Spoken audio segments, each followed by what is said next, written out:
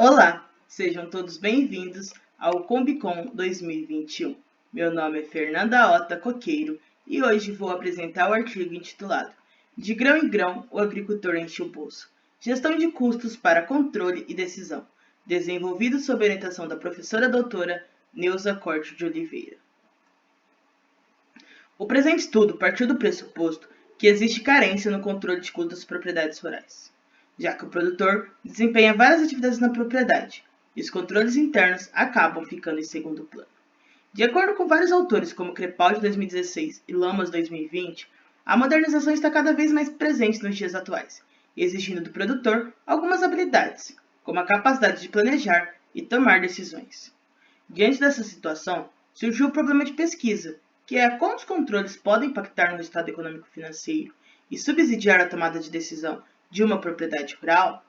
Tendo em mente que os controles fornecem informações para a gestão e para a tomada de decisão, foi traçado o objetivo geral da pesquisa, que é averiguar se os controles do produtor fornecem informações suficientes para a análise do resultado econômico-financeiro e tomada de decisão. A delimitação da pesquisa com relação ao espaço foi a Fazenda São José, uma propriedade rural de 200 hectares de terra roxo mecanizada e produtora de grãos, como a soja e o milho, localizada no município de Juranda. E quanto ao tempo, o período estabelecido foi a safra agrícola de 2019-2020, abordando as duas culturas temporárias. No primeiro tópico de revisão de literatura, abordou-se sobre a informação e o processo decisório, ou seja, a todo instante se está fazendo escolhas. É preciso escolher uma alternativa dentre uma gama de possibilidades. E pensando em como diminuir os riscos e as incertezas que as decisões trazem para os negócios, verificou-se no segundo tópico que a contabilidade, principalmente a de custos, pode fornecer informações para auxiliar o controle e dar suporte na tomada de decisão. E por fim, sabe-se que o produtor rural também precisa tomar decisões sobre o seu negócio. Logo, os controles contábeis podem oferecer informações que auxiliem no desempenho dessas atividades. Como já diziam os autores Helborn e Lacombe 2003, página 449, a informação é o insumo mais importante para as decisões, pois é ela que define o sucesso de uma organização, principalmente com as mudanças provocadas pela tecnologia, onde tudo acontece mais rápido. Para a classificação dos procedimentos metodológicos, como pode ser observado na tabela, utilizou os dois principais conceitos, o de Gill 1999 e o de Bell e Help 2014. Dessa forma, definiu-se que a pesquisa é de caráter exploratório quanto aos objetivos, aplicada quanto à natureza do problema, qualitativa quanto à abordagem, um estudo de caso quanto aos procedimentos técnicos, dedutivo quanto ao método de abordagem e uma pesquisa de campo quanto ao ambiente de pesquisa. Essa classificação levou em consideração que se buscou aplicar na prática os conceitos obtidos por meio da pesquisa bibliográfica, realizando um estudo de caso sobre os controles da propriedade. A coleta de dados se deu por meio de questionário, um roteiro de perguntas que foram feitas ao agricultor, e à medida que surgiam novas indagações, estas também eram feitas. Além das informações cedidas pelo produtor, também levou em consideração o que foi disponibilizado no cadastro da cooperativa, o cooperado online, e pelo agrônomo da propriedade. Então, como mencionado anteriormente, o objeto empírico analisado é a Fazenda São José, uma propriedade pertencente à família Coqueiro desde 1989. Atualmente conta com 193 hectares, distribuído em vários lotes, como demonstra a imagem. A propriedade adota o sistema de rotação de cultura, utilizando-se de culturas temporárias, com ciclo em torno de 180 dias, como a soja e o milho. Durante esse tempo, é realizados diversos processos de produção, como o planejamento e aquisição de insumos, o plantio, a manutenção da cultura, a colheita e, por fim, a comercialização. Essas fases são realizadas pelo agricultor, o filho e mais 2 funcionários. Embora o produtor não possuísse muitos controles internos e a maioria da documentação era guardada em gavetas, foi possível fazer o levantamento dos custos e despesas da propriedade, classificando-os em fixos e variáveis para a posterior aplicação do método de custeio variável. Ao observar o quadro, percebe-se que os insumos agrícolas e o arrendamento são os gastos mais significativos em questão de valores monetários. Os insumos agrícolas representam as sementes, o adubo e os agrotóxicos, ou seja, a matéria-prima para o plantio das culturas, enquanto o arrendamento é o aluguel da terra. Durante a safra analisada, o produtor consumiu mais de 300 mil com insumos em cada cultura, totalizando o valor de 677.500. Também pagou arrendamento, estipulado em 3.720 sacas de soja, a cotação de 76,50, obtendo um valor próximo a 285 mil. Como mencionado anteriormente, a mão de obra na propriedade é composta pelo serviço de terceiros, um operador de colheitadeira e o auxiliar de tratorista. O produtor e o filho também trabalham na propriedade, com o caminhão e o trator, respectivamente, dentre outras atividades, sendo considerado mão de obra familiar. Já com relação aos maquinários e implementos agrícolas, se tem o combustível, a manutenção e a depreciação. Para o combustível, o produtor informou uma média de consumo de cada equipamento utilizado durante a safra agrícola, algo em torno de 10.800 litros na soja e 13.500 litros para o milho. De acordo com o produtor, há maior consumo de combustível na safra do milho, pois se colhe mais em quantidade, o que justifica o maior número de viagens da colheitadeira e do caminhão, consequentemente, gasta mais combustível. Como o produtor adquire esse combustível de TRs e possui um tanque na propriedade, consegue pagar mais barato, em média R$ 3,25, obtendo um valor total de 35 mil durante a safra. Já para a manutenção de máquinas e equipamentos, foi considerado o valor obtido na loja de peças da cooperativa, porém sabe-se que o produtor realizou outras manutenções. Para o cálculo da depreciação, realizou-se o levantamento dos bens da propriedade, incluindo os maquinários e as instalações. A depreciação ela pode ser classificada tanto em custo quanto em despesa, levando em consideração o tempo efetivo que cada bem foi utilizado na produção. Como não há controles precisos, estimou-se o tempo de um mês de serviço em cada cultura e ficando ociosos no restante do tempo.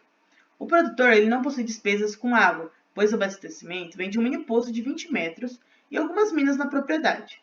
Já a energia totalizou um valor próximo a R$ 3.500 no ano e costuma vir uma média de R$ 288 mensais, podendo ser um pouco maior nos meses pós-safra, quando costuma-se lavar os maquinários.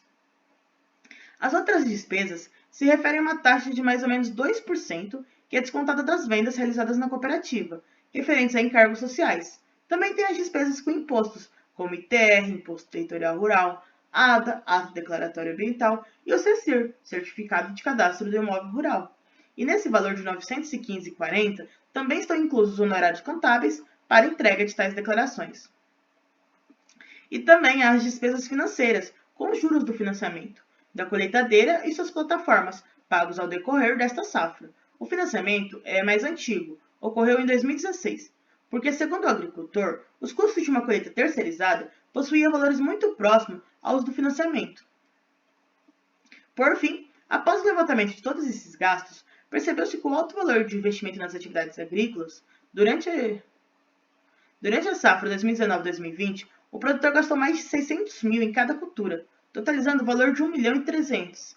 Lembrando que 300 mil era só os insumos de cada cultura, o que representa praticamente metade do investimento. Agora falando um pouco sobre as receitas. Essa tabela demonstra a produção em sacas. O produtor entrega toda a sua produção na cooperativa Colha Cooperada e por isso não paga a taxa de armazenamento. Porém, quando o caminhão passa pela balança de pesagem, é retirada uma amostra para a realização do desconto de umidades e impurezas. Durante essa safra, a produção da soja foi de 11.445 sacas e apresentou desconto de 613, totalizando assim 10.832 sacas líquidas.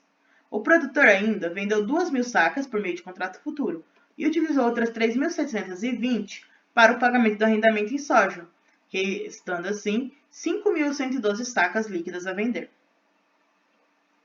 Já no milho, o produtor teve uma colheita de 30.763 sacas. Como já havia sido mencionado, é uma produção superior à da soja, porém o preço é menor.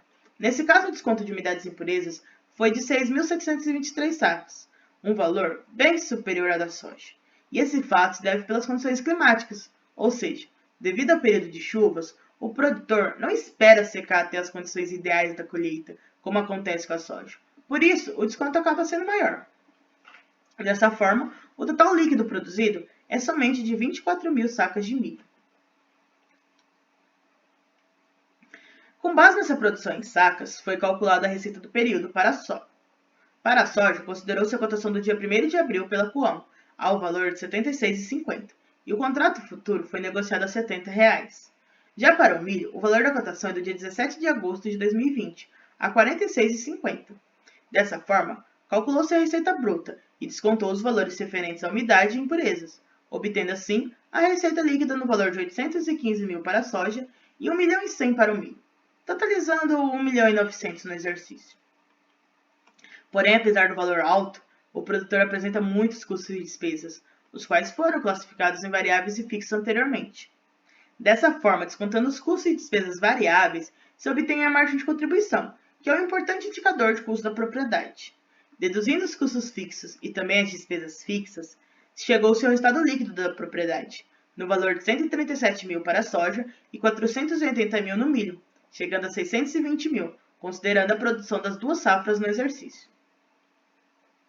Ao observar essa DRE pelo método de custeio variável, percebe-se que apesar da margem de contribuição do milho ser menor que a da soja, o milho apresenta uma rentabilidade maior, contribuindo assim para o lucro da propriedade. Então, o método de custeio variável ele permite calcular alguns indicadores importantes para a análise do estado econômico e financeiro da propriedade. Para a análise dessa pesquisa, foi considerado os indicadores que estão apresentados no quadro. Dentre eles tem a margem de contribuição, que se obtém com a receita líquida menos os custos e despesas fixas, e indica se o produto é capaz de contribuir com os gastos fixos. Nesse indicador, se obteve o valor de 31,15 para a soja e 22,55 para o milho. Esse fato se deve principalmente ao desconto de umidades e impurezas que o milho sofre, por causa das condições climáticas, visto que os gastos de ambos acabam sendo muito semelhantes. O ponto de equilíbrio, que é os custos e despesas fixas dividido pela margem de contribuição unitária, indica a quantidade que precisa ser vendida pelo agricultor para não apresentar nem lucro, nem prejuízo na safra. Já nesse indicador, percebe-se que o ponto de equilíbrio do milho é maior, pois se faz necessário a venda de mais sacas para não ficar no prejuízo. Isso se deve ao fato que o preço do milho é praticamente metade do valor da soja. Sendo assim, o ponto de equilíbrio é de 9.419 sacas para o milho e 7.047 para a soja. Já a margem de segurança, que é a receita de vendas menos o ponto de equilíbrio, indica se a atividade é capaz de superar um ano de crise. Nesse caso, a margem de segurança do milho, por sua vez, é maior que a da soja, sendo de 21.344 contra 4.398. Isso significa que, como se colhe mais milho em sacas, este acaba possuindo uma capacidade maior de passar por crises. Fato este que impacta diretamente na lucratividade, já que o milho apresenta uma lucratividade maior, sendo de 33,65% contra 15,88% da soja. Ou seja, esse indicador demonstra se a atividade é lucrativa ou não. De acordo com o próprio produtor, a soja é para pagar as contas, e o milho é o lucro. O que foi comprovado de acordo com as análises, já que a soja apresenta melhor margem de contribuição, contribuindo para o pagamento dos custos e despesas, enquanto o milho apresenta um melhor retorno. Cabe destacar também que este foi um ano atípico para o produtor, pois com a valorização do dólar, a cotação aumentou em muito. A saca da soja, que fechava em média R$ 50, foi vendida a R$ 76,50 e hoje já está na casa dos R$ 150. O milho foi comercializado por muito tempo a R$ 20, R$ 30. Foi vendido a R$ 46,50 no ano passado pelo produtor e hoje já está próximo a R$ 95. E finalmente, o que se pode concluir com este trabalho? O presente estudo tinha partido do pressuposto que existe carência de controle nas propriedades rurais, o que foi confirmado com base na análise, visto que o produtor não possuía tantos controles internos. Porém, este fato não impediu a apuração do estado econômico e financeiro. Apesar das limitações, foi possível fazer um levantamento por meio de estimativas e pela documentação encontrada para se calcular os custos, as despesas e também as receitas. Por mais que o produtor não seja obrigado por lei a prestar declarações contábeis, controlar os gastos é fundamental em qualquer atividade, principalmente para aperfeiçoar os métodos e conseguir obter melhores resultados. Dessa forma, percebeu-se que o produtor está focado somente nas atividades rurais e na produtividade, porém a capacidade de gerenciar é tão importante quanto os demais fatores. Para trabalhos futuros, sugere-se criar um método que pudesse ser implementado nas propriedades rurais, ou tentar buscar como funciona isso em mais realidades. E por fim, aqui estão as principais referências utilizadas na apresentação, e queria agradecer a todos pela atenção. Meu muito obrigada!